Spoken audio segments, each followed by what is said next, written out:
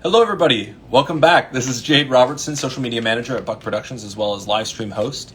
I'm just going to run through Erik White's. This is part 2 of the Yo MTV Maps live stream, and I'm just going to run through Mr. Erik White's bio one more time because he's about to join this live stream with us. So, Erik White is a veteran of music videos, commercials, and films, holding a record 3 BET Viewer's Choice Video of the Year awards, as well as an MTV Best Male Video Award. He created the story and directed Lottery Ticket, starring Ice Cube, and in 2017 completed the upcoming comedy The Trap, starring Queen Latifah. In addition, in 2017, Erik completed directing an episode of the television series Tales on BET, as well as directing for the entire season of the sketch comedy show 50 Central. Erik's coming in. We're bringing him in. No more. Let's do this, guys. Welcome Erik White to the Buck live stream, everybody. Hey, hello. Hello. Hey, what's up? How are you? Man, I'm good. How are you? Good. Hang on a second. Can you hear me now? Yeah, I can hear you. You're loud and clear, my man. Hey, what's good? How is everything? It's good, man. How are you? Good. I haven't slept yet, but it's all good. It's normal. Whenever I talk to Jimmy and the gang, it's always sleep deprived, but happy and being creative. No worries. If you need to lay down, close your eyes. We can still have this live stream. It's just Yeah. How's your summer been, my man? Good. I mean, actually, I've been working through the summer, so I've had like spurts of pool time, beach time, working, pool time. So it's been really a creative, productive year. So yeah, good so far. We still have, I think, with the climate change, I think we'll have an extra 2 months of summer. So it's all good. I got a lot of summer left. I'm just going to jump right on into it. Who are some of your musical inspirations growing up? Musical inspirations? Since I grew up in Brooklyn, Queens, and Jersey, and I play guitar, I pretty much had the gamut of, my mom's influences from Earth, Wind, and Fire, Kool and the Gang, Barry White, Al Green, into Led Zeppelin, the Rolling Stones, on guitar, Jimi Hendrix, and then everything in between. I can tell you anything about any period of music, whether it's soul, rock, pop, anything, which was good growing up in different types of, environments. Yeah, different sensibilities. What was the first music video you remember seeing? The first music video, man, I think it was the first MTV music video. What was that? The Buggles video killed the radio star.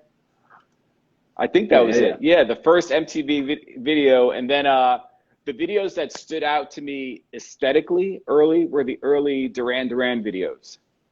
And then from there, it was the videos by David Fincher, like the early Madonna videos. That's when I started getting into directors that had like a style and aesthetic that went on to be successful, filmmakers, movie creators. If you have any musical influences or heroes, what's it like brushing shoulders with them on the daily? It's crazy because I grew up with my uncle, Hype Williams, so huge, iconic music video director. So throughout the 90s, I got to work with, the early Diddy's and the early Bustas and the early Missy Elliott's and the early creatives that had their icons now. But in the 90s, when I worked with them, it was cool to see them like starting out as well. So for me, it stood out to see just that period of growth in these artists. Are there any projects that you're working on right now that you can speak to? We've been seeing some BET stuff on your social media. Yeah. So I just finished BET Tales in Atlanta, and that's a Irv Gotti show. That's, if you don't know, it's an anthology series that takes popular hip hop songs and makes standalone stories of each episode. So I did Children's Story, the Slick Rick song in season 1, and then I did hang on a second. Slippery by Migos, and I just finished Murder, She Wrote for this new episode. It's about a female that's, avenging kingpins and, getting her due, basically. Very nice. Yeah. What's your current day-to-day like? Are you directing full time?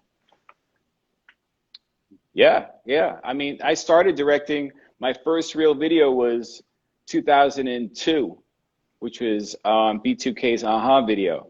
Right. And that went on to go, #1 and retired on TRL. And from there, I've been directing ever since. So it's basically a career that I made, for myself for the past 20 years now. It sounds crazy, but it is. But it's always something. Go ahead. We have a delay, I think. Slight. Can you hear me? Yeah. Oh, yeah. Before directing, I went to engineering school and I was an audio engineer. So I worked in New York and I worked for this engineer. His name is Andy Wallace. Andy Wallace mixed albums. He mixed the Nirvana Nevermind album, and he mixed Rage Against the Machine's first big album. He was a huge audio engineer. So I thought that was the direction I was going in. So I was his assistant for a while until I stepped on set of a Jodeci Feenin video that Hype Williams did. And that changed my whole perspective of music and film. And from there, I quit engineering and left it behind. I think the last time I worked on was Jeff Buckley's first album. So after that, that was it. I was sold. I wanted to just shoot films and music, and it was all new. And this was like 5, and I just dove in and never looked back. How did that understanding of sound help in your transition to the visual side, like overlapping interests? Yeah, I mean, it's, of course, visuals and music, especially music videos, they combine because there's an emotion related to music, sonically, and the great ones knew how to blend images with the sound to just create a fulfilling experience, visually and sonically. So to me, they're one and the same, and that's what drew me in. The fact that it was so important to have. There are certain ways that you can shoot that create a response, and there's certain sounds and tones and chords that create a response. So they're all blended together. It's kind of like when people look at art and look at certain colors and look at certain brushstrokes, it creates an emotion. So the fact that I could do that with music and with visuals and just see the combination of the two, that's what really just dove me in. That's a great answer. I've got 2 questions here from Jim. I'm going to post both of them. So number 1 was, what was it like directing Uncle Ralph? And then can you also talk about the process of directing the visual language and vibe of the Maps episodes? I mean, Uncle Ralph, it's a little intimidating starting working with him because he's such a legend, and he pretty much started it all for everybody. It's music videos before BET and MTV. You watch Video Music Box. So Uncle Ralph was the man. So what do you say to Uncle Ralph? He's seen it all, knows it all. He's like, the godfather of visuals for hip hop. So it was cool working with him. He's mad cool. That's what's so cool. He's so down to earth that he brings you down with him, and it's just a fun experience. But I mean, me directing Uncle Ralph, I'm like, what can I say? You've been directing stuff forever. What do I tell you? I just put the camera in front of you and let you do your Uncle Ralph thing, Well, big shout out to him, and big shout out to Deborah Harris of Hush Tours and the fine folks at MTV for taking a chance and making this new series, Yo MTV Maps, that shows a different side to hip hop culture. I'm just kind of just curious about just your experience getting involved in the series and who got in touch and how it just was like how it came to be. That's all. Well, I mean, for me, it's Maps is needed because there's a blueprint in each city where there's something visual, either with videos or landmarks or locations that are important, that are culturally relevant. So if you go to any city, it was great that we started with New York and the boroughs. Every borough has an area that means something. for hip hop. And it's great that we have a series that focuses on that. And that's in every city, in every state. LA has its own areas that are culturally relevant. And I don't think people realize that as they're walking the streets or driving the highways, that there is a fingerprint or something is being touched hip hop creatively wherever you go. And to me, that's what drew me into the show, because me growing up with that and shooting in different cities and different areas of New York and LA, you can go on any street corner and find something that means something, that's culturally relevant. And I think no other show did that. No other show. There are other shows like Maps and Yo MTV Raps and other shows, but nothing really is like a Condé Nast of hip hop. And I think that's where this show shines. Nice. I just wanted to take a moment, Eric, just to say thank you for joining this live stream, and I appreciate you for taking the time, my man. Yeah. I mean, I got a couple minutes. I got until 9:05. But I got you. Yeah, but I'm here for you. I just hope this.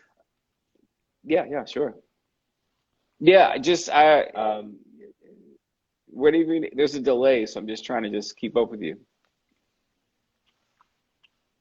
What kinds of stories are you most passionate about telling? Any story that moves you, whether it's the same thing, like I said, for music, any story, whether it's funny or it's romantic or it's a thriller, so anything that draws some type of emotion out of people. I think I gravitate more towards, I started with comedy with Lottery Ticket, but I'm drawn more towards action and thrillers and stories that have some type of cultural significance in society. That's where my head is at right now. Absolutely. In regards to inspiring the next wave of kids coming up, how would you describe the importance of giving voice to emerging talent and also being maybe like one of those mentors to help them find the support they need? Yeah. For me, I think kids now, because when I was coming up, we shot on film. So now you basically in your phone have the power to do, and you have a movie studio in your hand, in your pocket. So I just think right now the kids today are so far advanced. When I talk to kids that are like 13, 14, they're making little videos messing around on their phone, not realizing, 15, 20 years ago, that was a big deal. That was like you'd have to go into a room to do this color thing. Then you had to go to another building and a room to edit this and another room to do that. So I try to, when I can, give any type of advice to, up and coming artists and up and coming creatives. For me, I just always say the same thing, to just find your voice. Don't be influenced by what's out there and try to follow what's popular. Create your own wave, because that's where the new stuff comes from. That's where the new road goes. That's where the people like the Tyler, the Creators, and people of that nature that are just doing their own thing. That's what like pushes the culture forward, is coming up with your own voice. And I'm seeing a lot of just amazing talent visually that are doing that. Another question from Jim. How is it like directing Maps under the COVID protocols? That was tough. It's odd because that period that we were shooting, you couldn't get a more beautiful. Every single day was straight out of a romantic comedy from the 80s or 90s. Like New York was perfect. The leaves were perfect. It was just amazing looking in New York. But the COVID protocols definitely, it was tough, but everyone was just so gung-ho about it. And luckily we had something like a Hush bus, with Deborah, that was kind of like a roving, hip hop, it made it easy for us to shoot this show. But COVID protocols are tough. Hopefully they'll loosen up, but I think, it is what it is. We just got to just roll with the punches. It's cool that people are creating talent regardless. So that makes me happy.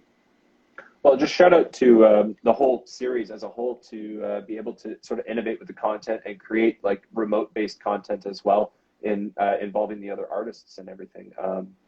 I'm just like, I just wanted to say I really appreciate your time one more time, my man. And I'm so happy that we get all three of you on here tonight to to celebrate this show and to celebrate the hard work that was put in on all parts. Last question. Do you have any myths to debunk about being a director? Any myths to debunk? It's glamorous. It's actually a lot of work, and the payoff is huge. But it's definitely something you just got to dig in and do. And if you're passionate, you'll succeed. Absolutely. Well, I just I want to give you the floor. Just if you want to give any shout outs or appreciation to anybody that was involved in the series, or anybody that's watching, or any of your family or friends, just the floor is yours, Erik White. Yeah. Just shout out to Deborah, and definitely Uncle Ralph and Jimmy and everybody at Buck for putting this together. MTV for realizing that this show is important, and there's a relevance and there's a voice and a space for it. So I just hope we do more. I hope we do LA, Atlanta. There are so many stories to tell. There are so many locations to visit. There are so many places to open the eyes of people from other countries, and right here in America, right here in somebody's neighborhood. They don't realize how important, say, right up the street means. So I just love this type of show. Just shout out to everybody, friends, family, everybody. Erik White, thank you so much for your time, my man. I hope you have a wonderful night. Thank you, brother. Be safe, brother. Cheers. Everybody be safe as well. Thank you, everybody, for joining in this Yo MTV Maps live stream this evening. Deborah Harris, Ralph McDaniels, Erik White, Big Buck Productions, and MTV.